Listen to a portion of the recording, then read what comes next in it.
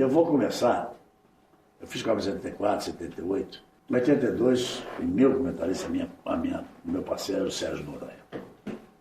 Aprendi demais com ele, uma figura absolutamente espetacular. Em 86 eu tinha 2 comentaristas, um deles era o Zagallo. Depois, em 90, Pelé e Arnaldo.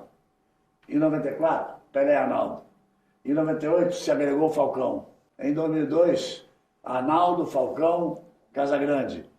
Em 2006, repete. Em 2010, Eto Júnior também. Em 2014 e 2018 está Ronaldo Fenômeno.